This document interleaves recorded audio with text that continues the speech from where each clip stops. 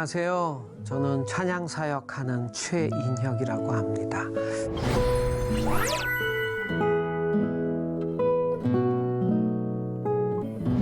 어느 날 저에게 전화가 왔습니다. 아파트 밑에 가겠으니까 보자고. 그분은 제가 잘 알던 월드비전의 본부장님이셨습니다. 그 당시 제가 어떤 시절이었냐면요. 저를 아는 분들 계시고 또 모르는 분들 계시겠지만 저는 한국 CCM에 처음 시작을 한 사람입니다. 그러니까 그 주찬양 선교단이 처음 시작을 했다면 그래서 그 팀은 중창으로 화성으로 어떤 그런 세련된 음악을 만들었기에 교회에서 부담이 없었지만 요즘처럼 지금의 멜로디와 지금 패턴의 음악은 그냥 통기타 한때 무명 가수였던 제가 그리고 음악다방 DJ였던 제가 하나님 만나고 돌아와서 시작한 음악이 처음이었습니다.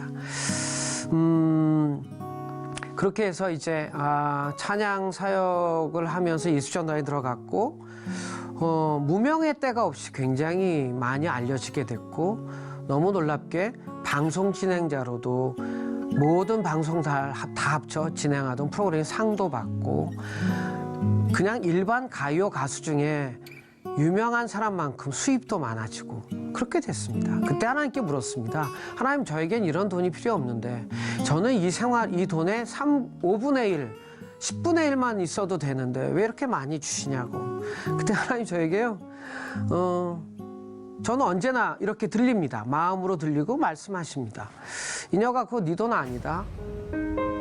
그거 후배들 위해서 쓰라고. 제가 제일 처음 사역하면서 만든 기획사가 예문기획이었고 그때 첫 음반을 만들고 첫 음반은 박정호 최인혁이라는 듀엣 음반이었고요. 그때 이미 너무 많이 알려져서 첫 음반을 가지고 돈을 미리 받아서 세검정에 방을 얻고 연습실을 설치해서 혼자 시작했지만 그곳에 이제 다윗가요나단, 박종호, 찬양하는 사람들 이런 사람들이 들어왔고 요즘 말로 연습생이라고 해야 되나요? 음반을 준비하는 송정미, 조은샷, 소리엘 이런 친구들이 있었습니다. 그러던 때 이제 가장 유명해지고 가장 많은 수입이 되던 때에 하나님이 저에게 거기서 나가서 정말 더 많은 재능과 이 시대가 지나면서 더 다양한 음악성과 재능을 가진 후배들을 위해 음반을 만들어주고 그들이 설 자리를 세워주라고. 그래서 이제 그 일을 했던 겁니다. 이게 다설기획이라는 것이고요. 그때 저에게 찾아왔던 다 무명의 수십 명이 있었죠. 그들에게 모두 음반을 만들어주고 음반 만드는 것보다 돈이 더 많이 드는 게 진짜 돈 많이 들거든요. 음반 만드는데 여기는 그때는 TV도 없었으니까 큰 공연을 만들어서 그들이 세워줄 자리를 세워가는 게 더 큰 에너지와 재정이 필요했죠. 그래서 그 도움을 받은 친구 중에 마르지 않는 샘, 발자국, 에이맨, 조수아라는 친구도 거기서 나왔고요. 여러분이 잘 아는 소향 이런 친구들이 다 거기서 나왔습니다. 막상 이제 그 일을 정리하라고 할 때 저는 후배들은 자리를 잘 잡았지만 저는 25년 전에 3억이 넘는 부채를 안고 그 일을 마쳤습니다. 넉넉하게 살고 유명해지고 내 음반만 내고 내 공연만 하고 막 더 많이 그때 저는 진짜 하나님이 나자지라고 하셔서 네 거 아니라고 하니까 제 거 아닌 건 너무 잘하니까 청지기로 그렇게 했는데 저 혼자 그 큰 무거운 짐을 지고 있을 그때였습니다. 그리고 다시 조금씩 회복하고 있을 그때 저에게 왔습니다. 그러면서 월드비전의 본부장님이 저에게 이렇게 얘기하셨습니다. 월드비전의 홍보대사 역할을 좀 해주겠냐고. 제가요, 여러분 한국에서 느끼는 월드비전과 미국이나 선진국이나 아니면 도움을 받고 있는 나라에서 느끼는 월드비전은 몇 배 차이가 좀 납니다. 온도 차이가. 저는 찬양 사역자들은 아시죠? 조금 알려주면 외국을 진짜 많이 다니게 됩니다. 그래서 가장 많이 가는 곳이 한인들이 가장 많은 미국이죠. 거기서 미국에서의 월드비전의 역할은 정말 대단합니다. 그들의 국민이 바라보고 있는 존경심과 그들의 투명성과 그들의 순수함은 진짜 최고의 가치를 갖고 있습니다. 저는 그걸 알고 있기 때문에 월드비전이 한국에서도 유명하지만 알고 있기 때문에 그전에도 사역을 한국에서 했지만 그 가치를 알기 때문에 저는 가문의 영광이라고 생각했습니다. 나같이 부족한 그렇지만 제가 12살부터 자취를 했거든요. 서울이 고향이지만 12살에 집안이 어려워지면서 서울에 혼자 남아 자취를 군대 가기 전까지도 한 겁니다. 그리고 예수전에 들어갔으니까요. 배고픔을 알기 때문에 그 단체가 유명해서 가문의 영광으로 한 것보다는 가난한 아이들, 배고픈 아이들 도와줘야겠다는 생각이 했습니다. 여러분, 사람은 배고프면요 하루 종일 먹을 것만 생각합니다. 동물과 사람이 똑같아집니다. 여러분, 그냥 3일 금식하는 게 아니라 1년 동안에 늘 하루에 한 끼 정도 먹을 양식을 갖고 살아가 보십시오. 때로는 그런 것도 조차 없어서 하루 한 끼가 아니라 그냥 라면 하나 먹고 하루를 보내고 그게 몇 달이 지속돼 보십시오. 사람은 어디서 먹을 수 있을까만 생각합니다. 제가 거진 그런 삶을 살았습니다. 근데 사람과 동물이 다른 점 아십니까? 동물은 배가 부르면 거기서 끝납니다. 뭘 먹을까 생각하는 건 똑같은데 근데 사람이요? 먹을 게 해결되면 끝이 아니라 그때부터 꿈을 꾸고 삶을 계획하고 걸어갑니다. 그걸 알기에 제가 너무 영광이라고 하고 시작했습니다. 월드비전 홍보대사가 되는 일인데 어렵지만 그때가 그러니까 경제적으로 빚을 많이 갚고 그래도 제가요 선교사를 후원하는 건 하나도 줄이지 않았습니다. 하나도 줄이지 않았습니다. 그리고 해야 될 일, 음반을 만드는 일, 하나님이 계속 노래를 주시면 제 사명이니까 빚을 내서도 꼭 음반을 만들었습니다. 또 갚아가고. 그러니까 생활에 여유가 없었지만 이 일은 해야 되는 일이니까 우리 가족이 4명이었습니다. 그래서 4명을 먼저 후원해야 된다. 내가 후원하지도 않고 누구를 후원하라고 얘기를 하겠냐. 그래서 우리가 그렇게 한 아이에게 그 당시엔 정확하게 25,000원으로 기억합니다. 25,000원씩 내 아이를 이게 하루에 그 25,000원이면 하루 3끼 밥, 2끼 밥을 먹고 학비까지 대준다는 엄청난 소식을 들었던 겁니다. 그걸 어떻게 안 합니까? 제가 빚을 또 갚아가도 나누는 건 나눠야 되겠죠. 당연히 나눠야죠. 예. 빚 갚은 다음에 나눠? 빚도 못 갚고 나누는 것도 떠나버릴 겁니다. 무엇보다도 마음이 상할지 모를 것 같아서 저는 그렇게 아이들에게 우리 아들도 용돈을 줄여서 초등학생인데 자기가 하겠다고 아빠 나 10,000원 줄일게 아빠가 10,000원 줄일게 엄마 아빠가 20,000원 도와주세요. 우리 딸은 언제나 순종하니까 바로 했고 내시했습니다. 그래서 아이들을 돕기 위해서 이 일을 시작했습니다. 그리고 2, 3년 지나면 일을 이제 그만할 수밖에 없겠지 했는데 여러분 그게 아니었습니다. 2년쯤 지날 때 하나님이 저에게 가르쳐 주신 게 있습니다. 월드비전 홍보대사를 통해서 아이들을 배부르게 하고 학교를 보내고 그 아이들에게 소망을 주는 것만 하나의 목적이 아니었던 것.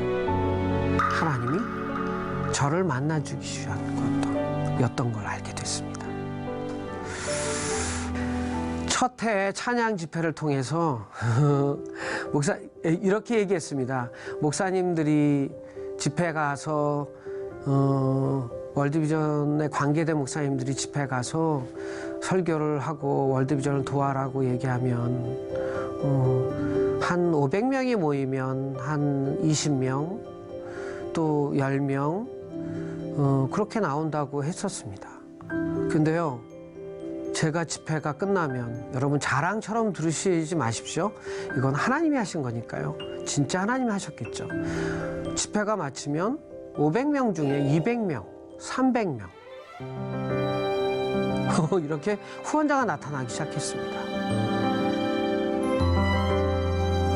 여러분 이 찬양은요 남을 과부를 돌아보고 고아를 돌아보고 어려운 자를 돌아보는 건 머리에 있는 성경 지식이나 어떤 신학적인 틀이 아닌 것 같습니다. 그거는 반드시 있어야 되는데 그것을 가슴으로까지 끌고 가게 하는 힘은 찬양 중에 거하나 봅니다. 깊은 감성도 영적인 거와 연관되어 있거든요. 감성과 영성을 떨어뜨리지 마십시오. 정서와 영성을 떨어뜨리지 마십시오. 감성도 발전돼야 되고 정서도 발전될 때 영성도 발전되는 겁니다. 이 두 가지가 사라지면 여러분 영성이 뭐라고 생각하십니까? 영성은 행위입니다. 죽은 자를 살리고 기적이 일어나고 하는 것도 영성 중에 하나일 수 있습니다. 그러나 성경이 얘기하는 영성은 뭐라고 얘기했냐면 이 세상의 모든 것이 다 패해도 사랑만 남는다고 했고요. 믿음은 행하지 않는 것은 죽은 거라고 했습니다. 죽은 건 믿음이 아닌 겁니다. 여러분, 믿음이 영성이거든요. 행하지 않은 건 믿음이 아니라고 한다면 행할 때만 영성이 그 영성의 가치를 끝까지 발휘할 수 있다는 겁니다. 여러분, 그래서 제가 그런 집회를 통해서 수많은 분들이 눈물을 흘리면서 그 아이들 돕기로 결정하는 현장을 봤습니다. 너무 놀랍고 월드비전의 직원들도 놀랐습니다. 참 많이 놀랬죠. 참 많이 놀라서 제가 아직도 웃으면서 하는 게 있습니다. 한 해 아무튼 뭐 상상도 못할 만큼 많은 후원자가 생겨서 월드비전의 본부장님, 그러니까 제일 높은 분, 회장님이 점심을 사주신다고 해서 월드비전 본부에 여의도에 갔습니다. 여의도에 가면 여의도에서 제일 낡은 건물이 월드비전 건물입니다. 여기다 좀 큰 건물 지었으면 좋겠습니다, 진짜. 그렇게 선한 일을 하는데 더 많은 일들 할 수 있도록. 근데요, 그러면서 그 지하에 건물 지하에 식당들이 몇 개 있는 거기 일식집으로 오라는 겁니다. 그래서 일식집이라고 할 때 제가 좀 그랬습니다. 그래도 후원비 이렇게 받아서 내가 일식을 먹어도 될까? 회를 먹어도 될까? 스시를 먹어도 될까? 뭐 제일 싼 스시는 뭐가 있을까? 막 고민하고 하는데 고민할 게 아니었습니다. 왜냐하면 일식집에 예약을 해놨는데 저한테 얘기도 없이 메뉴까지 정해놨습니다. 이야, 이거 기분 나쁜 거 아닙니까? 근데 제가 웃고 있지 않습니까? 메뉴가 뭔지 아십니까? 일식집에서 생태탕이었습니다.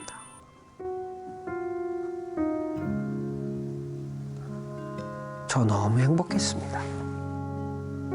세계가 인정한 컴퓨터에 들어가면 이분들이 내가 낸 3만 원이란, 지금은 3만 원이거든요. 지금은 제가 거진 20명 가까이의 아이들을 돕고 있습니다. 탤런트 정혜리 씨와 김혜자 씨는 대단하지만 아무튼 제 삶에서 다른 선교단체나 아이들 또 한 10여 군데 돕고 있는데 10몇 명을 돕고 있습니다, 지금. 그 돈 중에 제가 회를 먹고 그랬다면 마음이 상했을 겁니다. 근데 이분들은 너무 신뢰가 갔습니다. 10,000원짜리 생태탕을 시켜놨습니다. 그리고 그 많은 후원자를 만들어줘서 고맙다고. 이 일을 하면서 제가 하나님이 몇 년 전에 궁금증을 하나 주셨습니다. 그건 뭐냐면 이 집회를 다니는데 이 후원, 이 돈 10,000원이라는 돈이요. 수입이 1,000만 원인 사람에게 10,000원은 수입이 100만 원인 사람에게 10,000원에겐 10만 원의 가치처럼 보이고요. 그러니까 10,000원이 100만 원인 사람에게 10,000원에게 10,000원처럼 보이고요. 1,000만 원이 수입이면 이게 1,000원처럼 보일 거라. 그 수입이 그만큼 남을 돕는데 그 똑같은 금액이면 훨씬 수월해질 수 있지 않겠습니까? 그거는 비례합니다. 근데 가는 곳마다 시골로 가고 가난한 동네로 가고 사람 어려운 동네로 가는 일이 더 많아지는 겁니다. 그래서 제가 하나님, 이거 너무 비효율적이지 않습니까? 하나님 정말 이거 많은 아이들 도와줘야 되는데 비효율적이지 않으십니까? 그런데 갑자기 하나님이 저에게 주신 말씀이 하나 생각났습니다. 여러분, 제가 60년 예수를 믿었습니다. 모태부터. 저희 집은 122년째 예수를 믿고 6대가 예수를 믿습니다. 성경도 많이 읽었습니다. 읽고 있고요. 제가 수백 번 본 성경 중에 엘리야 사건, 여러분 아시죠? 엘리야 이스라엘 근동에 가뭄이 일어났고, 가뭄이 일어나서 엘리야가 이제 하나님의 나라를 외치고 다니는데 너무 배고프니까 그러고 있을 때 하나님이 나타나서, 근데 어느 집으로 가라고 합니다. 근데 여러분, 이게 말이 안 되는 얘기입니다, 진짜. 왜냐하면 이스라엘 민족이 출애굽해서 광야에서 배고프다 그러면 만나가 하늘에서 내려왔거든요. 하늘에서. 그렇잖아요. 아, 이거 지겨워요. 하나님, 고기 먹고 싶어요. 했더니 떼쟁이들, 이스라엘 민족이 일단 메추라기를 내려줬거든요. 성경엔 안 나오지만 이런 일도 있었을 법하더라고요. 아, 메추라기 지겨워요. 고기에 삼겹살 주세요. 그럼 돼지가 내려오지 않았을까요? 천천히 내려와서 돼지 잡았겠죠. 이것도 지겨워요. 스테이크 먹고 싶어요. 그럼 소가 또 내려왔을 겁니다. 무슨 얘기냐면 직접 내려오겠죠. 일식 먹고 싶다면 도시락으로 한 2만 원짜리가 이렇게 내려왔을 수도 있습니다. 하나님은요, 여러분, 예수 믿는 아주 중요한, 꽉 붙잡을 게 하나 있어야 되는데요. 하나님 성경 그대로 오늘도 살아계시고 역사하는 분입니다. 엘리야 때 엘리야가 배고프면 하나님이 그냥 내려주셔야겠는데 하나님 이상한 방법을 쓰셨습니다. 그게 사르밧의 한 집으로 가라고. 제가 살았던 사르밧의 369의 5번지 뭐 이렇게 했는지 모릅니다. 너무 정확한 집을 정했습니다. 제가 엘리야 입장을 생각해 봤습니다. 엘리야가 이런 생각했을지도 모르겠다는 생각했습니다. 야, 거기 가면 먹을 게 많은가 보지? 왜냐하면요, 사르밧 땅에도 가뭄이 있었지만 부잣집도 있고 3년치 양식이 있는 집이 있고요, 6년치도 있을 거고요, 3개월치는 먹을 게 있을 거라고, 그런 집도 있을 거 아니에요. 다 가난하진 않아요. 부잣집도 있으니까 엘리야는 아마 그 집에 가면 먹을 게 많을 거야 라고 갔을 거라고 생각합니다. 갔더니 웬걸요? 가장 먹을 게 없던, 그 사건 얘기 안 해도 되죠? 한 방울의 기름과 한 주먹의 밀가루가 있던. 그리고 여러분 아시죠? 평생 풍성하게 먹었던 그 얘기. 아들을 다락에서 죽었던 아들을 살려낸 얘기입니다. 많은 권사님들이 이렇게 저희 집회가 마치면 가끔 이럽니다. 힘을 얻으면서도 나 평생 고생했어요. 예수 믿어도 매일 가난해. 그럴 수 있습니다. 그런데 제가 만난 35년의 사역에 많은 크리스찬들이 경제적으로 어려운 이유 중에 하나는요, 하나님은 언제나 어려울 때마다, 여러분이 어려울 때마다 엘리야를 보내십니다. 그런데 너무나 많은 사람들이 나 지금 어려워, 다음에 하지? 아, 요즘 어려우니까, 지금 내가 너무나 어려운데 누굴 도와? 이러면서 찾아온 엘리야를 내쫓습니다. 엘리야 사건은 엘리야를 배부르게 하기 위한 사건이 아닙니다. 엘리야 사건은 사르밧 여인을 축복하기 위한 사건이었습니다. 월드비전의 본부장님이 저에게 찾아왔을 때 저는 어려웠지만 더 어려운 자들을 돕기로 결정하고, 그리고 평생 그렇게 살아오면서 찬양 사역자로 35년을 살아도 여전히 제가 하고 싶었던 일을 언제든지 음반을 만들고 돕는 자를 돕습니다. 부자는 저금통에 저금을 쌓아놓은 자가 아니라 하나님의 하라고 하신 그 일을 할 때마다 필요한 것들이 채워질 때 부자라고 얘기합니다. 여러분, 혹시 월드비전이 여러분의 교회나 여러분을 찾아갈 때, 아니 또 월드비전 같이 정말 신뢰할 만한, 여러분 반드시 신뢰할 만한 곳인지는 확인하셔야 됩니다. 왜냐하면 예수의 이름으로도 그렇지 않은 곳이 적지 않다는 것도 있습니다. 그래서 신뢰할 만한 곳이 돕기로 결정한다면 와서 돕자고, 이런 사람을 도와야 된다고 얘기할 때 여러분 거절하지 마십시오. 아무리 어려워도. 진짜 그만큼 어려웠겠습니까? 한 방울의 기름과 한 주먹의 밀가루. 그렇다면 이미 두세 달은 한 끼 먹고 버텨왔다는 건데 그럼에도 불구하고 떡을 만들었던 여인의 심정, 그 하나님은 오늘도 여러분의 하나님이십니다. 여러분이 어려울 때 하나님 엘리야를 보내십니다. 그때 영접하십시오. 마지막 남은 밀가루로 떡을 만들어 드리십시오. 그때 죽었던 영이 살아나고 여러분의 가정에도 이 세상이 말하는 그런 축복도 있을 거라고 믿습니다. 여러분, 부족하지만 35년 이 사역하면서 하나님이 얼마나 아름답게 여전히 하나님이시고 영원히 하나님이신 걸 저는 압니다. 저는 성경을 그렇게 잘 아는 사람도 아니고 깊은 영성을 갖고 있는 사람은 아니지만 꼭 부탁드리고 싶습니다. 영성은 살아내는 겁니다. 작은 선한 일, 성경에 말한 대로 실천하고 나누고 걸어가고 예의를 지키고 배려하고 손해보기로 결정하고 불편하기로 결정하고 내가 더 낮아지기로 결정한다면 하나님이 여러분을 채우시고 높이시고 박수 쳐주실 겁니다. 오늘 함께해 주신 여러분 감사하고요. 사랑합니다. 안녕히 계세요.